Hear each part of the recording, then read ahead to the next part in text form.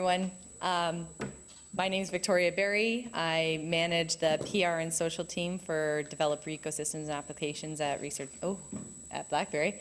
And so thank you all for coming. This is just going to be a panel session, very Q&A format. Each of our panelists will take a moment and introduce themselves and talk to you a little bit about maybe their top few tips and tricks for engaging with media and bloggers. And then at that point, we'll probably open the floor up to questions. I think probably it's best served as Q&A, and you can address any or all panel members with your questions. So very quickly, we have Lucas Atkins, the founder of n4bb.com, Arthur Goldstuck, editor-in-chief of Gadget, and a syndicated columnist. We have Tam Hanna, who is the founder of Tam's BlackBerry. We have Ewan MacLeod, editor of Mobile Tech Review, and James Richardson, the UK editor for Mobile Nation's Crackberry. So I'll be here just to moderate and help out, and there may be a couple points where I jump in with a bit of a PR tip if I think you need it, and we'll go from there. So, Lucas? Turn on? Yeah. Hello? Hey, thanks for joining us today. You really want to make sure that when you approach bloggers, you understand how bloggers are. And unfortunately, for the most part, bloggers can be very lazy. And so, you really have all of the information available to us right away, right? So when you create a press kit, you're going to want to include screenshots of your app or game, and really just every information possible. Maybe give us a synopsis of kind of what you would want us to include in our article about your app or game. Include pricing, availability. Is your application or game going to be targeted worldwide, or is it just a localized application or game? That will really help us determine, when we're going to release the information about your app or game, because we generate, we have traffic from all around the world. And we would like to help you by releasing the announcement for your app or game at a crucial time for your demographic. So that's very important. And then, of course, circle back with us then once we do release your app or game announcement, and let us know about updates. That's a huge, huge part to continue that awareness of your app or game, and it just continues that traffic. Those are really just like the most crucial parts about it. Other than that, as far as reviews go, let us know or include the file, right, for your app or game. We get tons and tons of requests, and we can't always purchase it in App World, even though we would like to, just for financial reasons. But if you can include the game, it can help expedite our review, which makes it so much better. But yeah, it's pretty simplistic. To a degree. Yeah. Thanks. I've discovered that the tech media in South Africa is exactly like the tech media internationally, which is very cynical and jaded, but always desperate for a great story. So if you come across to them as jaded and cynical, they're immediately going to assume that you don't have a story. You're just putting on a show, because that's what they're doing most of the time. So a bit of enthusiasm to start with is always very useful, but beware of combining enthusiasm with hype, because or at least confusing enthusiasm with hype. A lot of PR people especially think that hype comes across as enthusiasm, whereas in fact it just comes across as trying to sell an old story under new adjectives. And the media hate that, and the tech media hate it even more. So be realistic about what your app can do. Don't tell them it's the Google of accounting apps, for example, which is what someone actually said to me. And I said to him, go away until you find a better way of describing your app, because Google of accounting apps, I simply don't believe. So be believable, be enthusiastic, but beware of hype. Well, Tamogamon is in the specific position that we also supply content for newspapers. And I've made the experience that, especially for the large German IT newspapers, it's very difficult to get an application noticed with simply a press release. Something which works very well is to get the attention of the editors by providing statistics, for example. For example, providing every month some statistics and really provide them every month. For example, on the 1st of every month, on the first Friday of every month, the company FU provides data on bar. If you do this for 6 months, eventually some editors will start to note you and will start to use you because they are happy basically to get content which they can run without much effort. And something else, if you got somebody who is interested to review your app and you provide him with a press license, then by all means, once every 2 weeks or so, send him a friendly email, how's it going? Because, I mean, most journalists have so many things to do. Some of them also have consulting companies on the side or IT companies that simply there are so many things flooding over you that something just has to drop. And sending an email every 2 to 4 weeks, how's the review going, is really, really something which can help you on the long run. But don't overdo it, of course. Thanks. I really like that idea of statistics or information. I think that's a really smart idea. My audience at my website, Mobile Industry Review, are senior executives in the mobile industry, working in the mobile industry. They are the guy that runs mobile for Disney, the guy that runs mobile for Royal Bank of Scotland.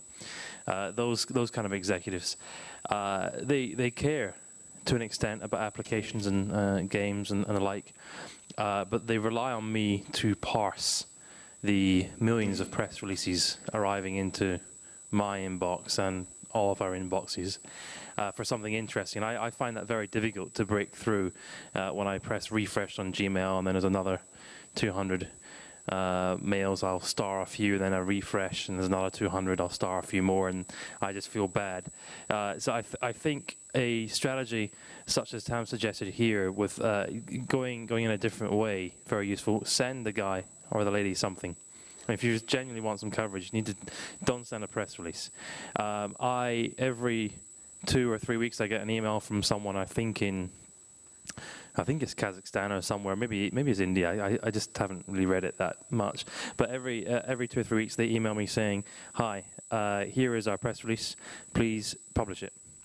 And they attach it in a Word document, and then get very annoyed the next week. They follow up saying, "Where the hell is it?"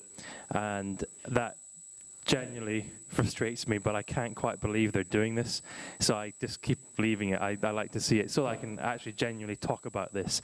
Do not ever send a Word document or an attachment. It's a real annoyance, because if I have to cut and paste anything, that's very frustrating. Just put it in text format. I'll buy it. If it is an app I'm going to use, or I actually will buy it. I don't really mind. I don't want codes or anything. That's just my viewpoint.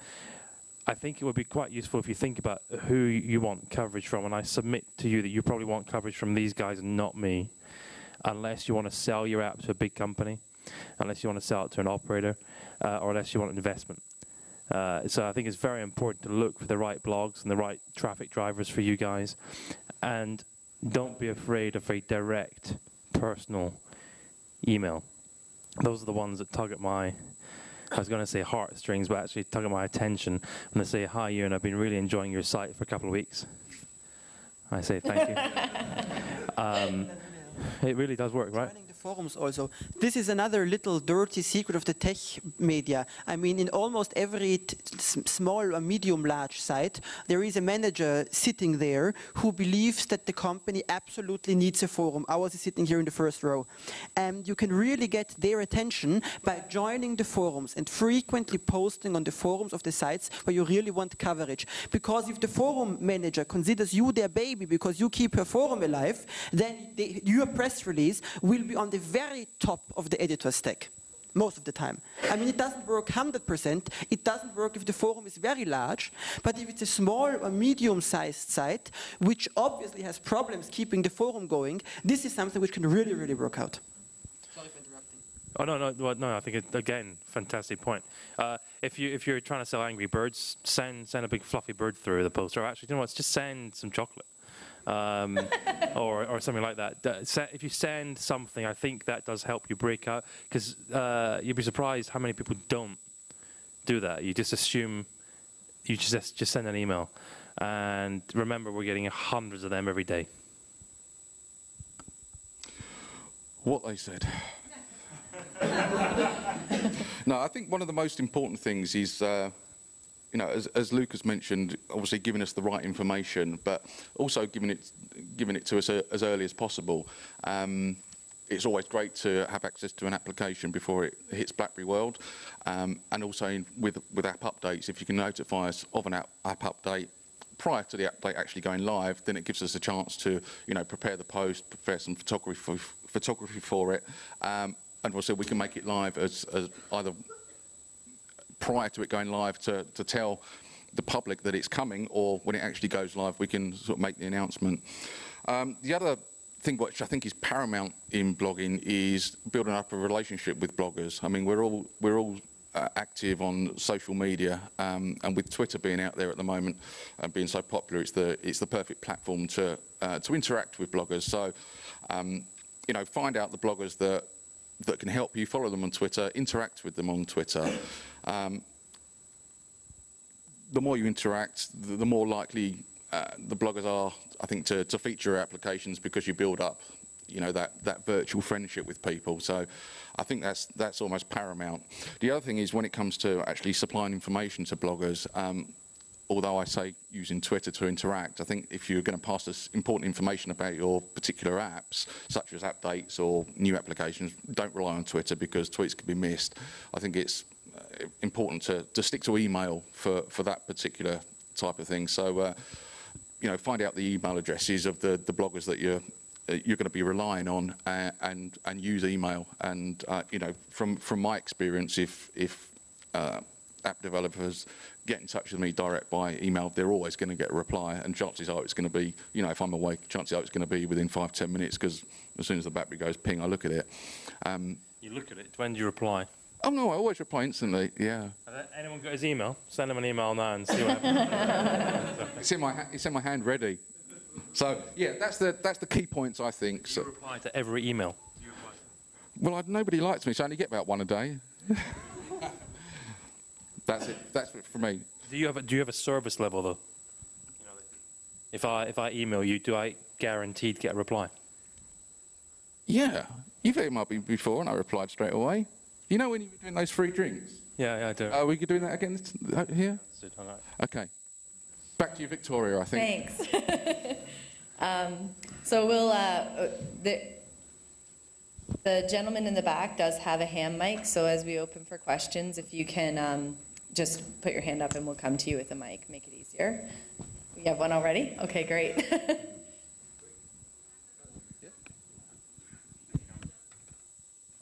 What?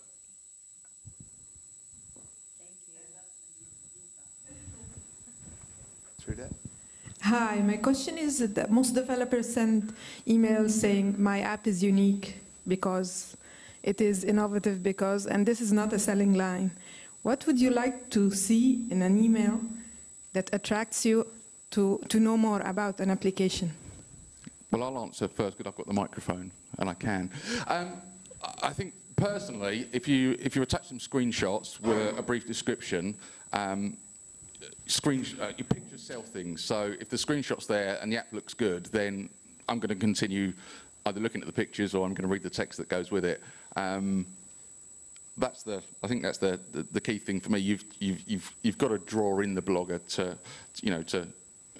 either read everything that you've emailed or to open files such as pictures, or if it's or if you've got your screenshots and further information on the internet already, then supply us with the link. Just try and add a picture, try to entice us to dig a little bit deeper. Do not give a 16-page analysis of your application and its service. That's quite difficult. So I think it's really useful, if budget does allow, to speak to a messaging professional, a public relations person who can help frame the benefit versus the feature and help you come up with a statement that is going to work in the real world, because often many developers are, by the very nature, very heavily technical. So if you can try and pitch it in the right way in text very quickly, you've got limited space, especially in the subject line. And the biggest challenge, I think, as James was saying, is relationships, right? If the blogger doesn't know you, that is or can be a challenge. But then I was listening to James thinking, that's a lot of work, having to get to know these guys, follow them, play with them. It just depends on your perspective and how much you want guaranteed coverage, because it's probably guaranteed if you know James very well, if you struck up a relationship with him, when you do email him with that data, he's more likely to read it, reply, and do something with it. Well, I'm going to say that there is an ancient American proverb. It says WIFM, what's in it for me? And essentially the press release very quickly tell me what the app does and what benefits it offers. And when you are writing the press release, it's difficult to say because you are a female yourself. I usually, when I'm talking about press release, I suggest grab the next female at a bar, not a tech bar, and have her read the press release. If she understands it, then it's a good press release. The editor might not know who you are, but you better make sure that the editor gets the sense, or the blogger gets the sense, that you know who they are. There's nothing worse than someone sending a generic covering letter that goes with a generic press release. Nothing wrong with a generic press release. I'd love to see Yeah. my post on the competing site. Yeah, exactly.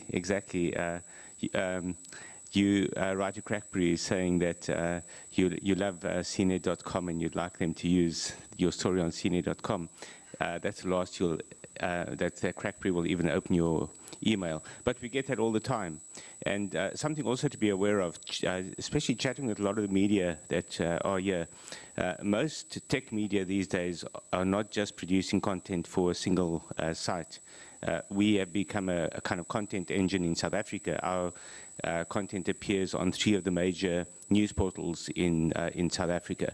So when someone submits something to our site, then it could be farmed out after appearing on our site or at the same time as appearing on our site to several other sites. Be aware of that kind of relationship and understand what the further mileage is that the editor or blogger could get out of your news or your press release, but in particular, make it clear that you understand what they are about. I in particular find when companies include a trailer of their app or game, screenshots can only go so far, but if you can do a demo of the app or game and put it on YouTube, that's huge. That way I can really see it, and I can better describe it in an article as well. And then also offering exclusive content. We featured a company called TrustBee, some of their apps before, just because they've given us some, like a preview, right, an early release preview. So that's really huge as well, to offer editors exclusive screenshots of a game or exclusive preview, something like that.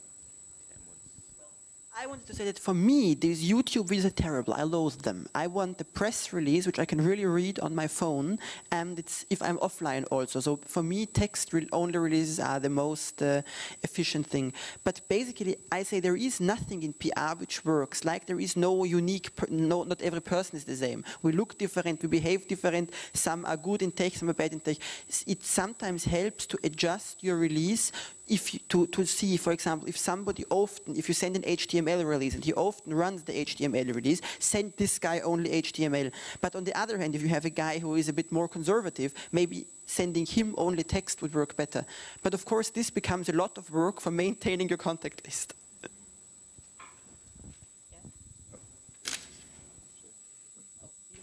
You have it. I'll get you next. What's the most memorable email or article or press release that any of you have got? I'm sure it's quite a generic question, but I'm sure there's some interesting stories there. And what stood out the most about it that made you go, right, I have to cover this? I guess it really just determines on the app itself or game, whatever. There were some where it was pretty outlandish, and I guess it could be a hit or miss, right? There was some where I guess it was not unprofessional, but I guess it was unprofessional. But to the point where you just don't even want to mess with it. You kind of read the first 2 sentences, and you kind of pass it off. Just I guess because they don't have a pitch. They're just not communicating well. And sometimes it's nice when they've acted like they're your friend, right? So I got a press release once. The guy acted like he knew me. So I was trying to think to myself, do I really know this guy? So then I kept reading, continued to read, what the app was about, and I figured, well, I already spent this much time, researching it, thinking whether or not I knew this person. So I went ahead and reported on it. So. This one won't help you too much in terms of being able to copy what they did, but because of how significant BlackBerry is in South Africa, they have about 50% of the smartphone market there. It's a really important story to us. The most significant email I got in the last year was the one that said, from BlackBerry's PR agency, please reserve January the 30th, details to follow. And of course, we all knew what that was about. Well, I would give the Cruzel as the report, the monthly report from Cruzel as an example for success and failure. They provided my blogs with, for over 5 years, constantly. We got the sales data from them. They gave us sales, we used it every month for over 5 years. It was the most successful.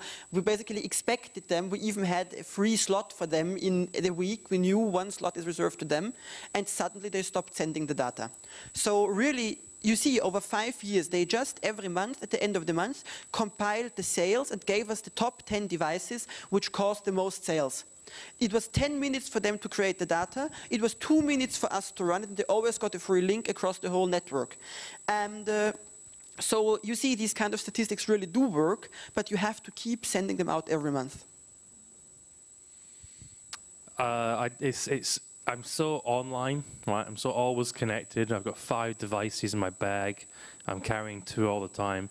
That if you do something that isn't connected, I just think that does work very well. It can be difficult to get people's addresses, but most people will publish an address or a way of connecting with them. But you know what? If you email a blogger or email a publication and say, look, I've got something to send to you, yeah, I've got a review thing I need to send to you. What's your address? They'll tell you, and so you've already got their attention. So some of the things that have really stood out for me has been, there was an operator in the UK sent me flowers, and I found that quite strange to receive flowers. But somebody else sent me, and the flowers had a press release wrapped around it. I took a photo of it, wrote about the whole thing, thought it was fantastic, great marketing, and so on. And that's in my head. I think it's great, so on. And then someone sent me a box, a big box with balloons tied to it. And remember, I'm not expecting it. Okay, and remember, I'm spending my day in email. So when something physical arrives, that breaks out. You're completely separated now from everything else I'm looking at. And everyone else in the office is going, oh, what's this? What's this? This is for you. And balloons and so on. I open the box. There's some chocolate inside. Are you seeing a trend here? There's some little kind of charger units and little gizmo thing, and then a press release saying, look, it was a story that the balloons and this meant that therefore something was free, and basically another operator had launched a free or unlimited service, and they tied it together nicely so that the thing they were sending made a lot of sense. So think about physicality as a possibility. That's a good idea, that one, isn't it?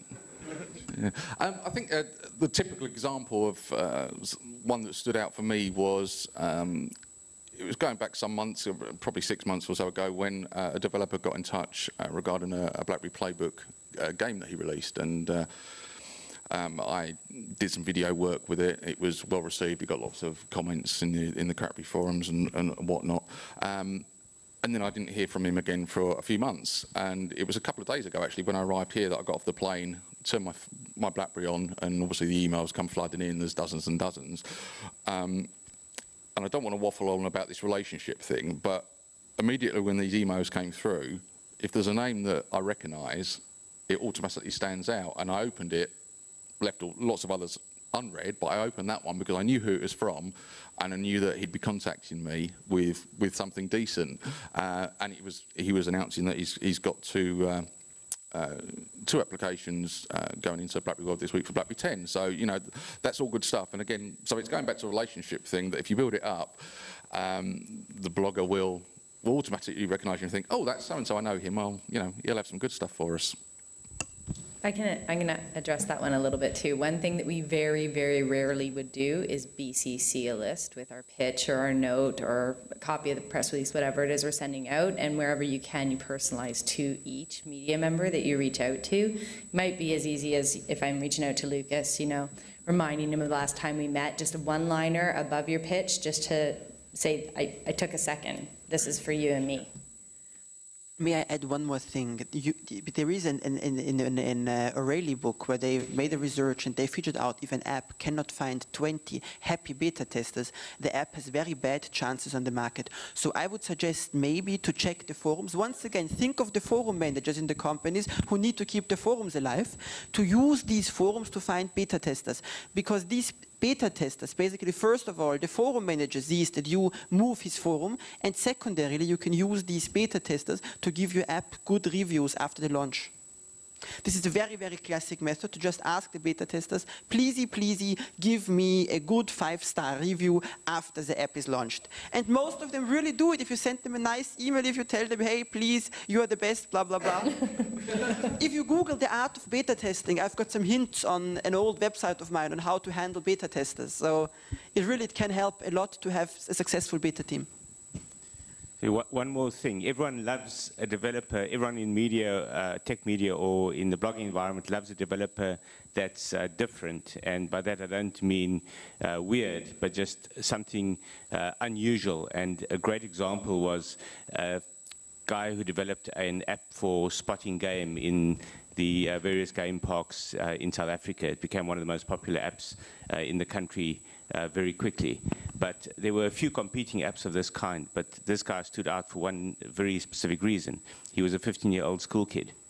And the moment I did that story, it began getting picked up in various places. We included in a big state of the industry report we did for Google, and Google then realized this guy was different, special, someone that they could put on a platform and make a big story out of.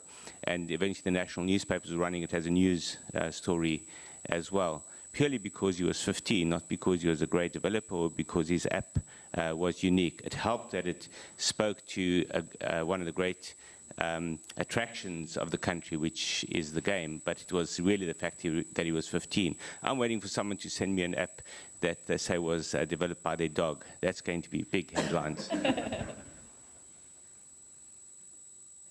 I have another question up here.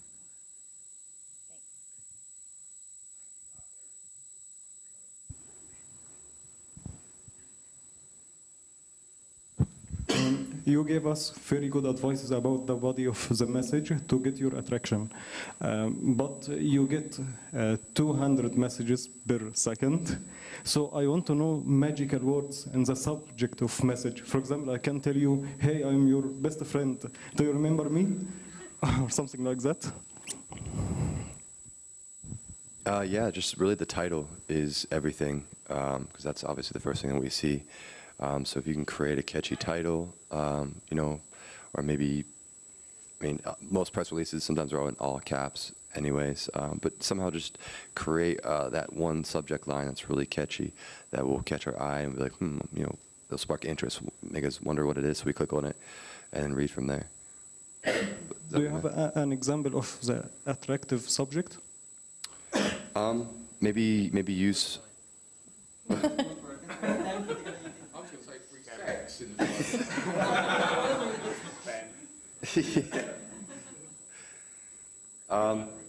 yeah, there you go. Free BlackBerry. Like exclusive for N for BB. Right, yeah. So it's like I said it before about offering exclusive content. You know, saying, you know, offering something like that into the tagline, subject line. So, you know, we all love exclusive content. You know, that's what really drives more traffic. So if you can provide that, then we'll be more than willing to work with you. So. Well, I'm going to get scratched again today, but I'm going to say that we think about the subject. What subject would make sense to a female? But jokes aside, some basic hints. The subject should be as active as possible. Which chocolate would you rather be interested in? Chocolate manufacturing company XYZ introduces food chocolate, or an email saying food chocolate contains caffeine and lets you work longer. You really should have the title should be active. They should not be Tamogemon Holding releases scientific calculator. It should be calculate on the go with Tamogemon Touch Calc, for example, just to give some stupid example from one of our press releases.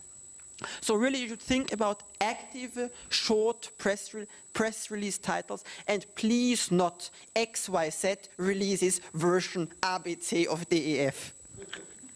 And no spammy titles, of course. I mean, free sex would be spam, and your account statement, if it doesn't come from the Tatra Banka email address, I delete it because it's a virus, so. Right, for me, the email title, the subject is not really that relevant. It's to James's point here about relationships, and that's just because I don't publish 50 posts a day. I'll maybe do one or two. Sometimes I'll go a week without writing about anything. It's my audience are quite different from I think everybody else is here. So if you are targeting a specific publication, be clear on how they probably are receiving your information.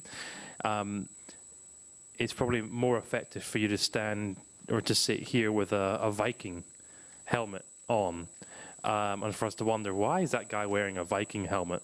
And then for you to ask a question, and then for you to actually put the Viking helmet guy says in the subject, you know, for your next press release, or something like that, that you connect it to reality. But for me, I'll maybe give you an insight into how I work with RIM versus ZTE. So I look at all the handset manufacturers. I couldn't name a single person that works at ZTE, right, or Huawei. I don't know anybody that works there, right? They haven't taken the time to talk to me, so I never write about them, very rarely. It's all about the relationship. So when something comes in from RIM, it's the person. I see the guy's name or the lady's name, and I think, I need to read that. So it depends on how you're pitching and what your motivation is, but think carefully about relationship. Yeah, as Ewan said, I mean, what you say, it depends on the person or the website that you're targeting. But the only sort of extra thing I can offer is that as time goes on, you know, learn from experience. If you target a particular site and you don't get the response that you want, or you don't get a response at all, then, you know, log that and remember that for next time when you're going to contact that blogger again. What not to do, amongst many others. Let's call it what not to do, part 352.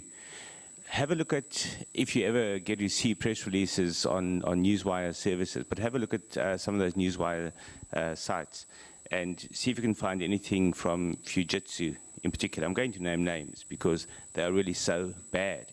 The headline includes everything that the SEC in the USA demands is included in a disclaimer. So they'll have a headline that runs for a full paragraph, and they really expect someone to use that. Learn from them and don't.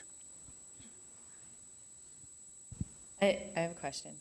So along the relationship lines, you know, we can't always be at these conferences meeting all of you face to face, making that connection.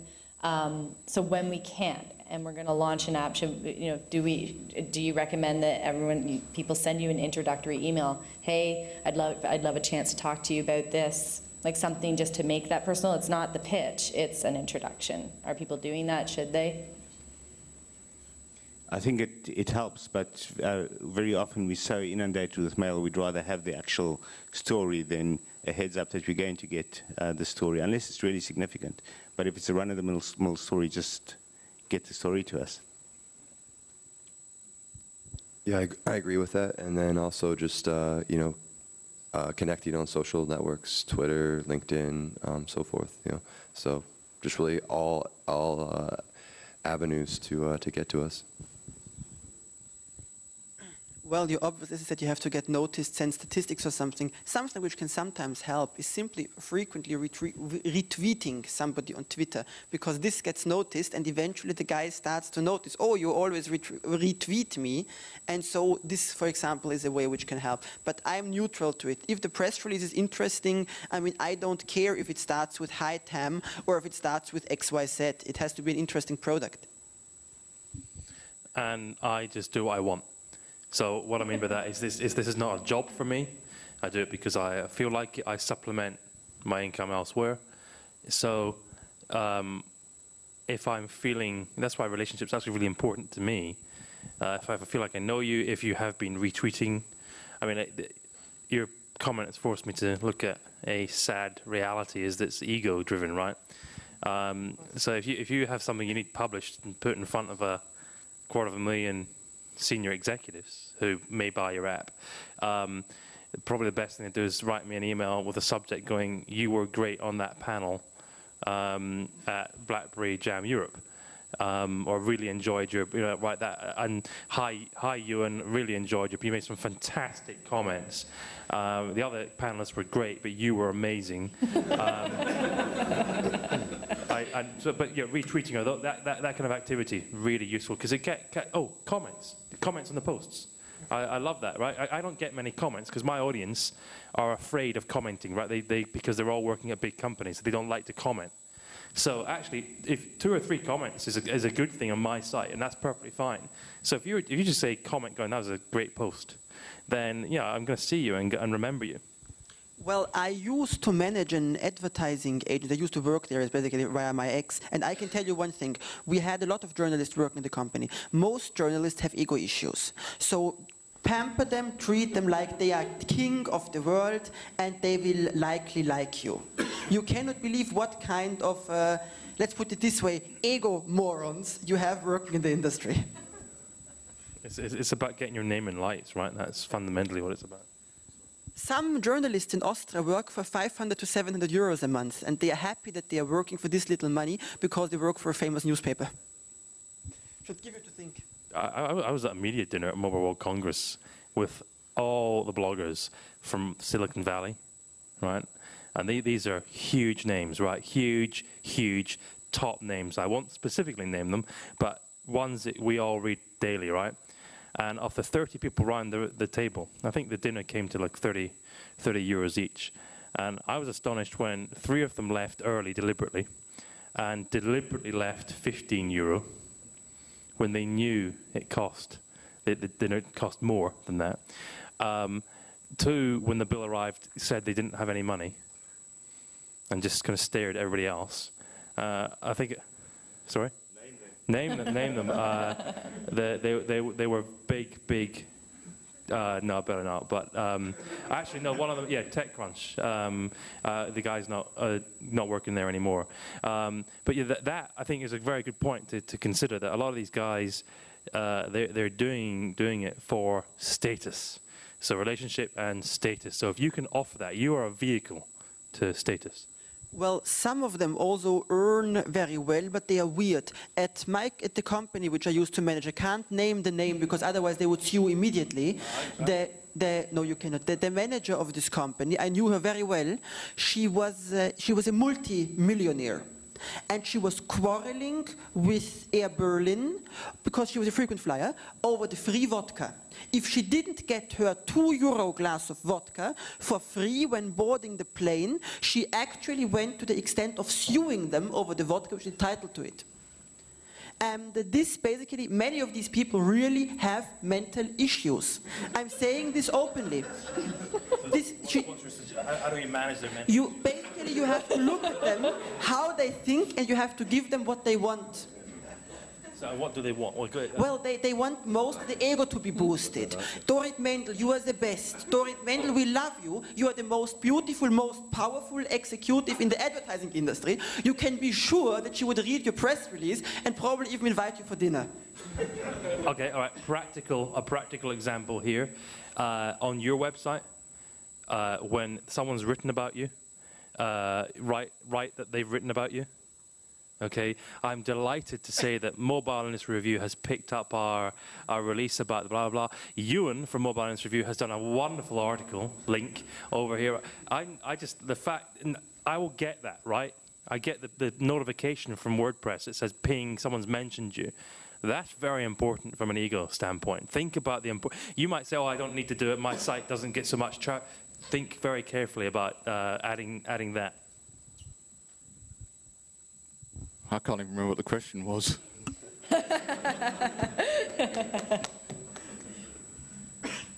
All right, anyone? Can I ask now? So, sending. Okay. So sending the tattoo image of you will certainly get your attention. Okay. Let me introduce myself. My name is Nicola. I run X3M Games. We just won the Game Founders Award. Will be supported in this cycle. We won Kuvadis. We'll be going to Kuvadis, and we are trying to make a switch from services to products. We have over 200 games built for online, and we're trying to switching them to platforms. We also did some portathon for BlackBerry. We ported like 20 games. We're trying to publish them now for, some of them are already published on the store. We're trying to make some high-end products. So through Game Founders, we'll be going for 3 months now. And we would like some, I don't know, maybe coverage and maybe to cooperate in a way because we are switching toward products and it will be our first products. And we'd like to get the word out, maybe. Do you have a PR agency? No. Currently not. If you're that big, then that's probably priority number one, that you have a PR agency to get the word out on your behalf. I just want to go a step back. I grabbed the mic because I wanted to make a comment on the previous question, but it relates to this as well. You, a big company, you're going to be around for the next, hopefully 10, 20 years. And I think most of you as developers plan to be around for a while, unless you've got a 12-month exit strategy in Silicon Valley.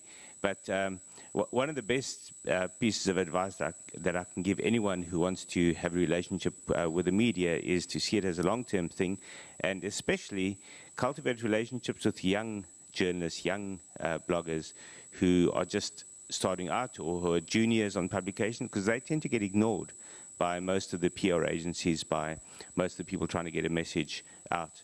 But the fascinating thing about those guys in particular is that 5, 10 years from now, they are going to be the senior guys, they are going to be decision makers. And if you looked after them when they were starting out and being ignored, they're going to remember you well, and you'll have a superb relationship with them. So that's certainly somewhere where you can start as well, is look out for those guys who are kind of the junior journalists who haven't yet been inundated and overwhelmed with press releases. But I think at the same time, you have to look after the senior guys, get a PR agency. Well, it depends on the budget which you have. But if you have a very large budget, sometimes strategic ad buying can help a lot. Basically, strategically buying ads 1 month and taking it off for a month. Buying it for a month, taking it off for a month. I mean, of course, every journalist is bound to the ethics code of his journalist club, but in every public relations book nowadays, you can find advice on buying advertising. So if you do this strategically, it really, really works, especially with some blogs. It really works with blogs. It sometimes also works with newspapers.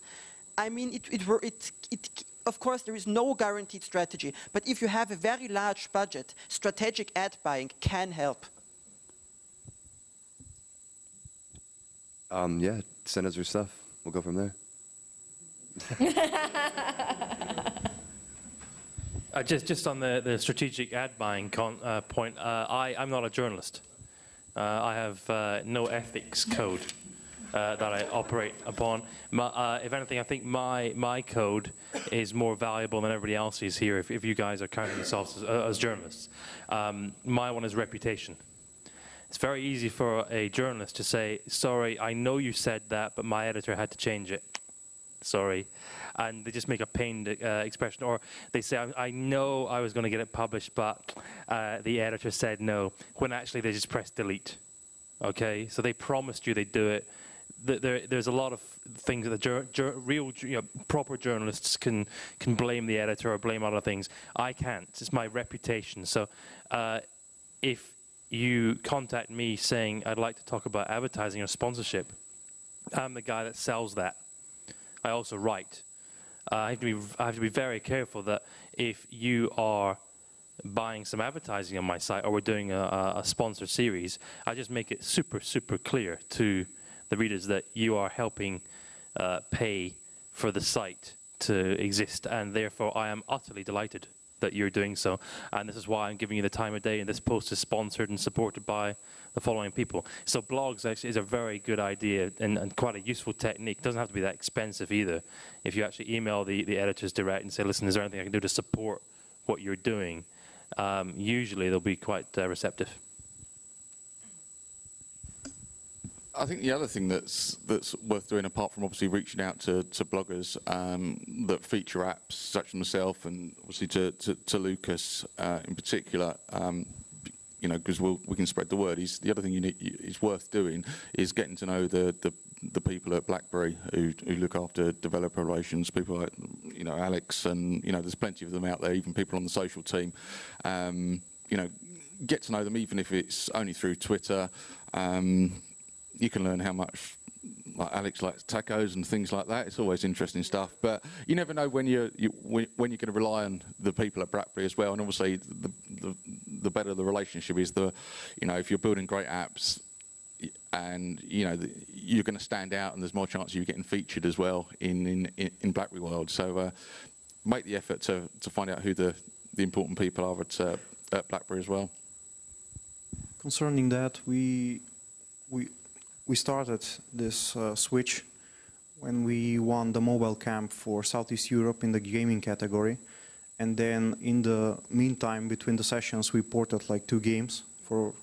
We haven't done it before, so we ported just to prove the concept, and that way we met Branko Nikolic and his developer relations in BlackBerry for Balkans, and we started a group in Macedonia, like BBDev Macedonia, and we'll be doing also some Creative Industries Institute in our city to start getting creative people together and do some games, because we are trying to secure some investments and scale up towards large-scale products that we can sell on the market. We also do 2D animation, 3D animation, so we can provide trailers, we can provide everything you need, and we can also support you technically with everything you need. What is the function of you telling us that right now? Pitching. Well, may I add 2 more things directed at the whole audience. First of all, never buy advertising off the rate card. You can always get some kind of rebate. Up to 50% is normal. And secondarily, regarding sucking up to the platform team, this is a really, really good advice, because the manufacturers usually have very good contacts to the press. They make incentive trips. Some manufacturers from Asia, who I cannot name because they would sue, in Austria, the PR agency even sends you call girls. So they really have good connections. And if you are a large company, then there was an Austrian mobile researcher. He said that selling mobile applications, like selling matches, that the wood thing you use to make fire. If you sell a single box of matches, everybody will tell you fuck off. But if you have a Tupolev full of them, then Tesco will be very interested to hear from you. And if you are a large company offering 50, 100, 200 apps, then I mean the manufacturer of the platform will definitely want to hear from you and will be very motivated to help you. Or if you have very interesting apps, the manufacturer will be happy to hear from you. I'd be happy to hear from you regardless of the number of apps. I probably won't tell you to F off. So come on over. That we at Tamogemon Holding, we used to do mobile development with Palm, and we were Palm exclusive. And we got a lot of support from the Palm PR agency, basically pushing us in front of them along in the campaign. But I'd suggest we find somebody else to ask further questions. This is not a pitching session. One of the things that you can also do is follow journalists and bloggers on Twitter in particular, but especially if they follow you, make sure you follow them back, because if they follow you after they get your press release or any communication from you and you don't follow them back, you can probably forget about the relationship with them going forward. So I think this will be the last question that we're able to ask as part of the session. Hi, my name's John. I'm behind the Files and Folder apps. My question is about release timing. When we submit a new release to App World, we don't kind of have control over when it is approved. And we often see that the blogs post information about the new release before we've even had a chance to contact them. Do you have any advice about how to handle that kind of situation?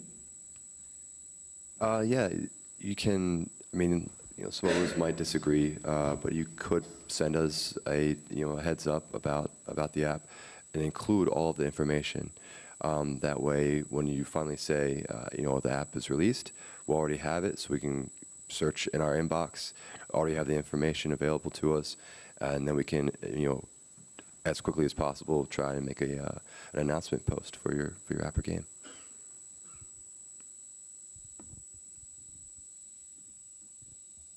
I mean, this is for the BlackBerry app reviewers specifically, right?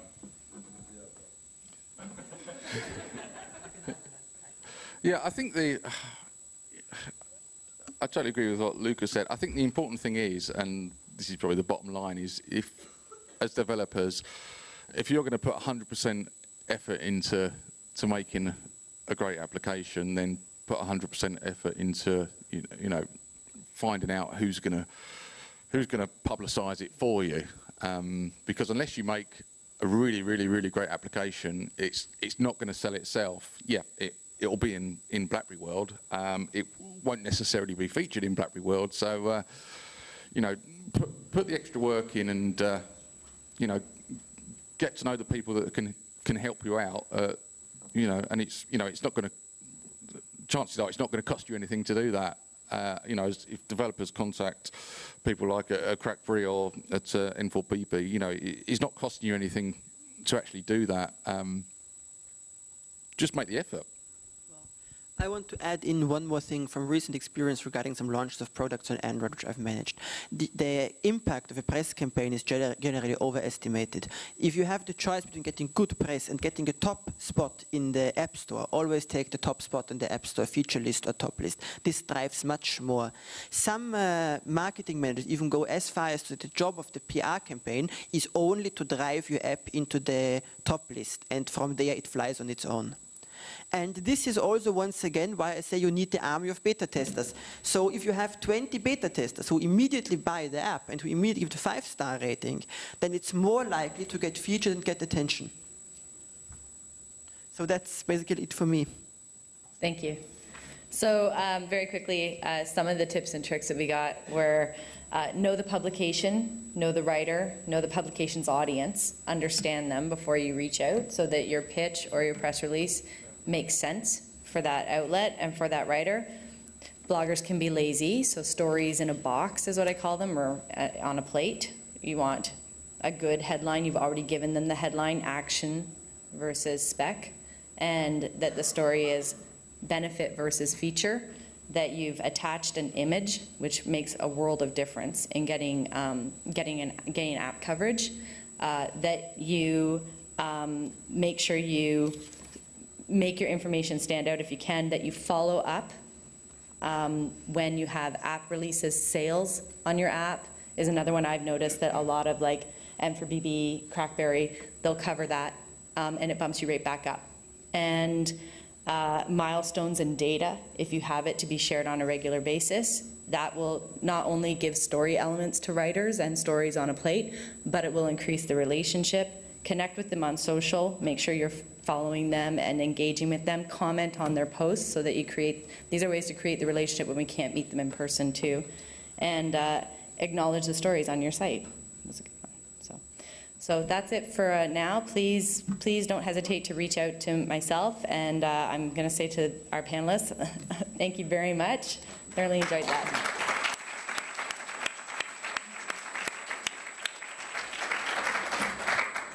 or when you are